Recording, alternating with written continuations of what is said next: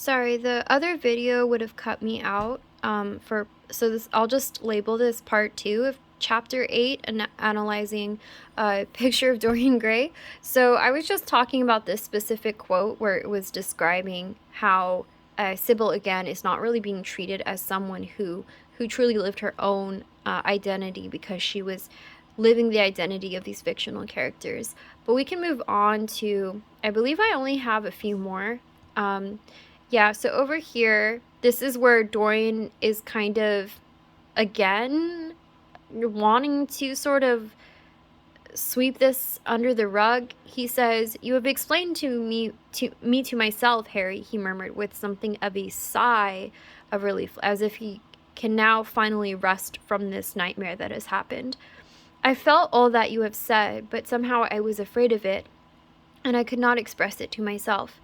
How well you know me, but we will not talk again of what has happened. It has been a marvelous experience, that is all." A marvelous experience. That's a way to describe somebody's death that you said you would marry. So he doesn't want to be associated with this horrid memory of, like, killing Sybil, or at least contributing to her. Obviously, he didn't literally kill her, but he did contribute, and it literally just happened. So it's pretty horrible that he's just reacting like this, as if it wasn't a real life. And so here, we are again seeing a little bit of Dorian's thoughts on the canvas and how it changed. This one is quite interesting, and I'm going to base your one of your shorter assignments off of this. It says, "A feeling of pain crept over him as he thought of the desecration that was in store for the fair face on the canvas. Once, in boyish mockery of Narcissus, he had kissed or feigned to kiss those painted lips that now smiled so cruelly at him.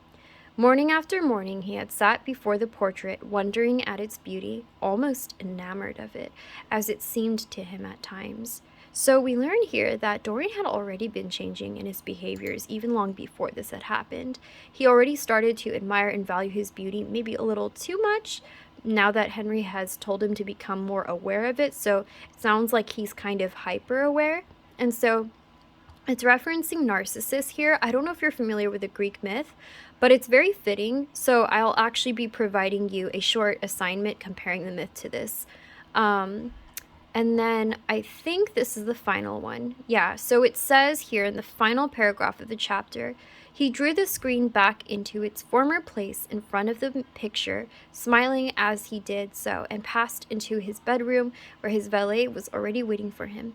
An hour later, he was at the opera, and Lord Henry was leaning over his chair."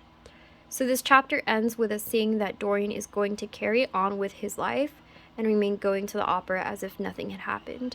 So in the next chapter, you're just going to see kind of what happens next from there on.